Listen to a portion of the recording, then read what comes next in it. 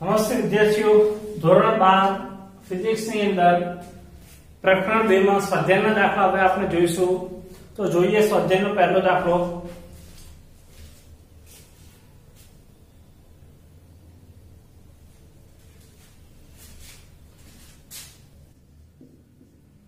આકૃતિમાં ધ્યાન રાખજો કે આપણને બે વીજભારો 5 × 10⁻⁸ કુલમ અને -3 × 10⁻⁸ કુલમ એમ બે વીજભારો આપેલા છે. બંને વીજભારો એકબીજાથી 16 સેન્ટીમીટર જેટલા અંતરે દૂર રહેલા છે, બરાબર છે. અને આપણને પૂછ્યું છે કે આ બંને વીજભારોને જોડતી રેખા પરના કયા બિંદુએ કુલ વિદ્યુત સ્થિતિમાન 0 થશે, બરાબર ને. ધારો કે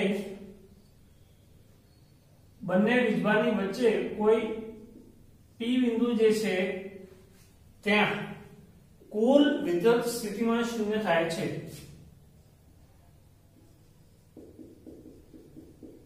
આકૃતિમાં દર્શાવ્યા પ્રમાણે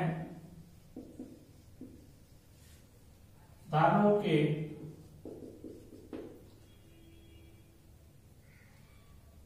આને A બિંદુ લગી, B બિંદુ, A બિંદુથી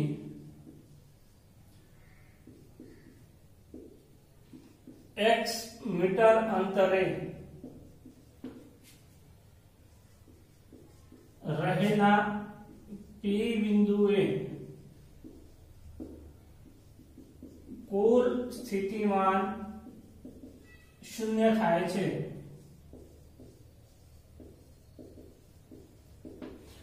બરાબર છે. ઓકે, તો હવે પહેલા વીજભાર માટે એટલે કે V ટોટલ બરાબર, ધ્યાનથી આપ લખજો, VA + VB.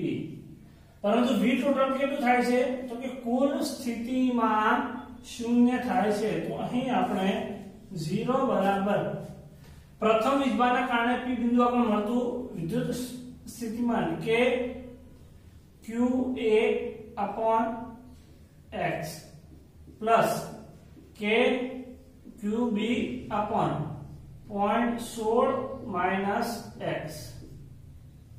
બંને વચ્ચે બંનેનું અંતર 16 છે, બરાબર, કે જે સેન્ટીમીટરમાં છે એને આપણે શેમાં ફેરવીશું? મીટરમાં, બરાબર છે. ઓકે, અંદર ક્યુ તો મૂકી દઈશું તો આપણને મળશે 0 બરાબર કે 9 × 10⁹ QA, A પરનો વીજભાર 5 × 10⁻⁸ ભાગ્યા x માઈનસ -3 છે એટલે -3 આવશે. 9 × 10⁹ ગુણ્યા QB, QB પરનો વીજભાર 3 × 10⁸ ભાગ્યા 0.16 - x. પદને જમણી બાજુ લઈ જઈશું. પદને જ્યારે જમણી બાજુ લઈ જઈશું તો આપણને આ ઋણ પદ છે એ ધન પદ બની જશે અને મળશે 3 × 10⁻⁸ ગુણ્યા 9 × 10⁻+9 ભાગ્યા 0.16 - x અને આ બાજુ મળશે 5 × 10⁻⁸ ગુણ્યા 9 × 10⁹ ભાગ્યા x. સરખે સરખું વધશે આપણી પાસે 3 ભાગ્યા 0.16 - x બરાબર 5 ભાગ્યા x. 3x બરાબર મીટર.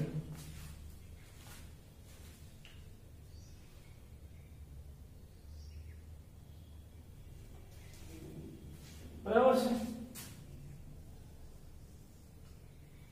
એટલે કે આપણે કહી શકીએ x બરાબર 0.10 મીટર આવ્યો છે. એના ઉપરથી આપણે કહી શકીએ કે A બિંદુથી એટલે કે A બિંદુથી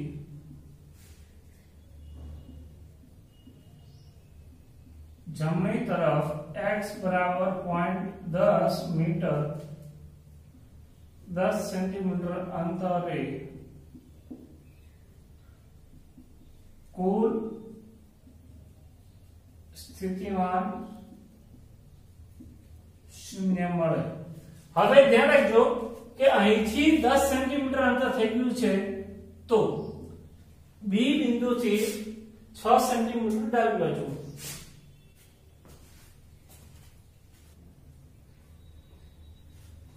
કે ષટકોણ આપેલો છે એ ષટકોણની બાજુની લંબાઈ 10 સેન્ટીમીટર આપેલી છે અને તેના કેન્દ્ર ઉપર કુલ વિદ્યુત સ્થિતિમાન શોધવાનું છે।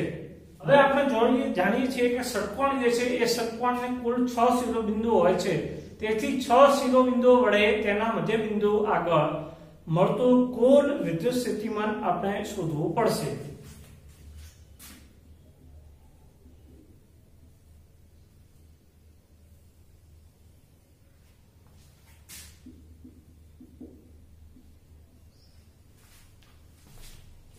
ત્યારબાદ હવે દાખલા નંબર 3 માં આપણને આપેલું છે બે વીજભારો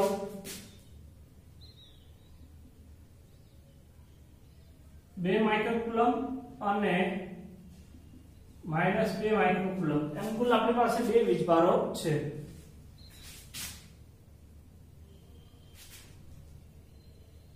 બંને એકબીજાથી 6 સેન્ટીમીટર દૂર રહેલા છે, બરાબર છે। ઓકે, તો આ બંને વીજભારોની વચ્ચે કેટલા અંતરે કોઈ સમસ્થિતિમાન પૃષ્ઠ રહેલું હશે એની ઓળખ કરવાની છે। સમસ્થિતિમાન પૃષ્ઠ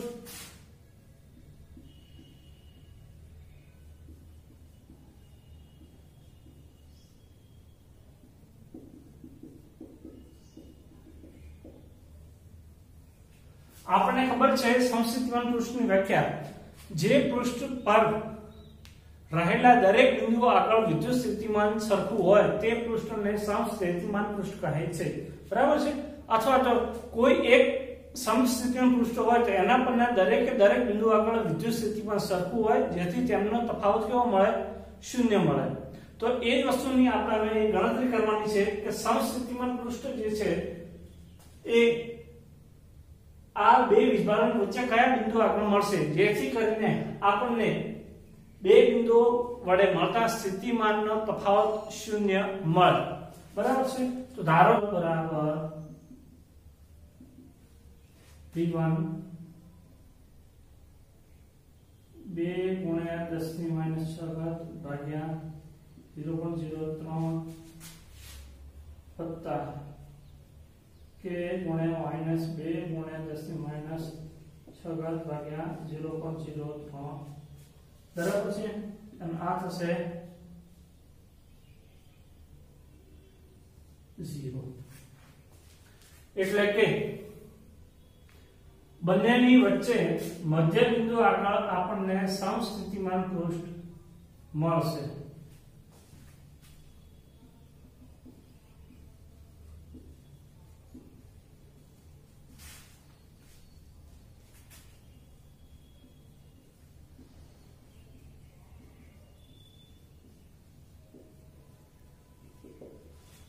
ઓકે, આગળ જોઈએ હવે અને ગોળાથી 18 સેન્ટીમીટર અંતરે વિદ્યુત સ્થિતિમાન શોધવાનું છે।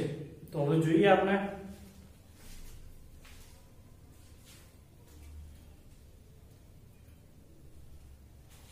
એક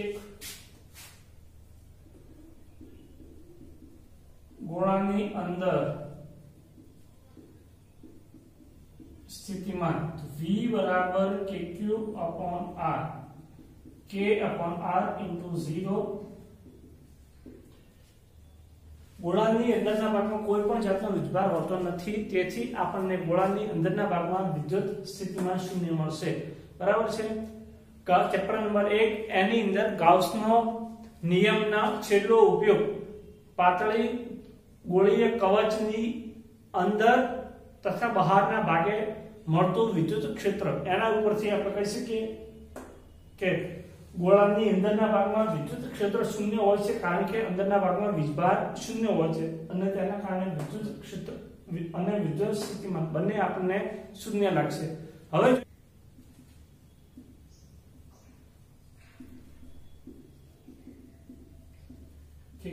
q/r² કિંમત મૂકી દઈએ। હવે જોઈએ આગળ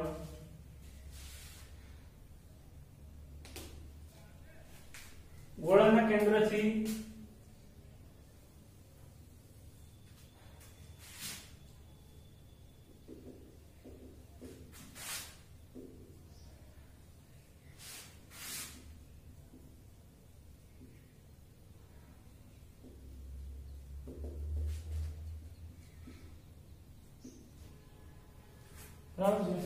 ઓકે રેડી। ત્યારબાદ હવે આપણે એ કરવાનું છે કે બે પ્લેટ વચ્ચેનું અંતર અડધું કરવાનું છે અને તે પ્લેટની વચ્ચે k = 6 જેટલો ડાઇલેક્ટ્રિક અચાનક વાળું નવું દ્રવ્ય દાખલ કરવાનું છે। હવે d = d/2 કરતા અને બે પ્લેટ વચ્ચે k = 6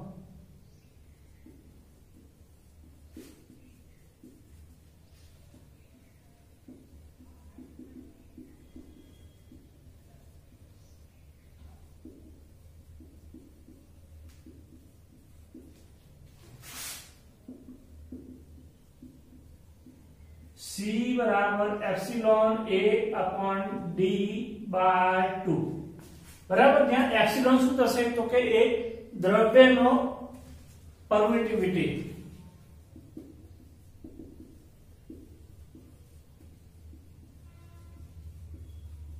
હવે k = ε/ε0 k * ε0 = એપ્સિલોન। આ કિંમત જે છે એ કિંમત આપણે સૂત્રમાં મૂકી દઈશું તો c = છેદનો છેદ અંશમાં જશે 2 * a/d * k ε0 બરાબર છે। તો c = 2k * ε0 a/d। ફરીથી ε0 a/d સમીકરણ જે છે એ ઉપરથી આના ક્રમશઃ આપણને c0 તો c = 2 * k ની કિંમત 6 * c0 એટલે કે 12 c = 12 * 8 પિકોફેરાડે 96 પિકોફેરાડે।